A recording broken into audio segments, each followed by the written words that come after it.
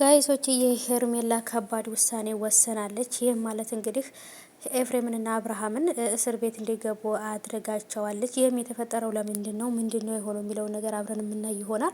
ብዙ ሰው የተለያየ ሀሳብ እየሰጠና አብርሃም የሄርሜላ የ80 ባሏ ነው፣ እንዴት ከበፊት ከፈታት ሚስቱ ጋር አብሮ ይሆናል?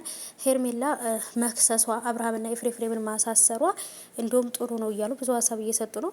ሰላም ሰላም የኔ ወዶች የወርቆች እንዴት ናችሁ? ሰላማችሁ ይብዛልኝ ባላችሁበት ውድ ቤተሰቦቼ። ለዚህ ቻናል አዲስ ከሆናችሁ ሰብስክራይብ አድርጋችሁ ቤተሰቡ ነባሮች ዌልካም ብያለሁ ውዶቼ። እንግዲህ ዛሬ በዚህ ሰዓት እንግዲህ የተሰማው ነገር ትንሽ አወዛጋቢ ነው። ይሄም ማለት ምንድነው?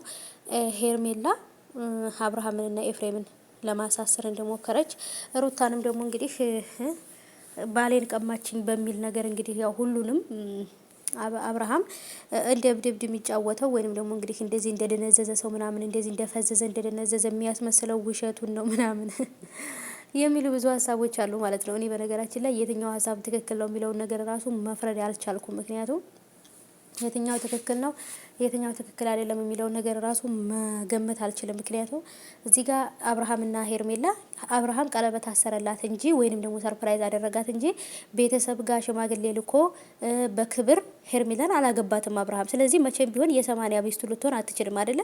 ስለዚህ የ80 ሚስቱ የልጁ እናት ሩታ ብቻ ናት። ይሄንን ወቁ ማለት ነው። ሩታን ለመጣል ሩታን ለማወዛገብ ሩታን የምሰራው ነገር መጥፎ ነው ለማስባል በጣም ብዙ ጥረት የሚጥሩ ሰዎች አሉ ማለት ነው። ይሄ ነገር ደግሞ ምን ሊያመጣ እንደሚችል ታውቃላችሁ?